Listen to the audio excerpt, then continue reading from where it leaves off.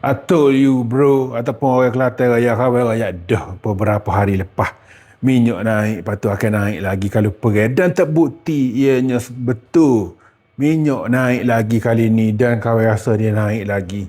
Jadi betul lah kawan raya, siapa-siapa nak guna EV, inilah masa yang tepat dengan minyak hak makin naik, lepas tu kereta EV ribet banyak. Jadi betul lah ini masa yang tepat untuk anda bertukar kepada BYD EV. Ni ada sebutin ni kawan duduk cah ni ha. Oh, penuh dah ni duduk cah kata customer kita memang deliver, kita full charge tu. Ya. Jadi kemudahan EV ni mudah customer beli, kita cah di showroom lah. Mudah-mudah dan mau beli kereta bukan boleh minyak full tank bro ni ha. Sea Lion 7. Ready to deliver tomorrow.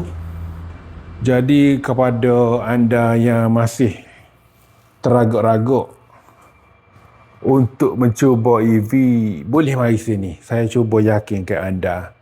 BYD Kota Baru. I see you here, bro.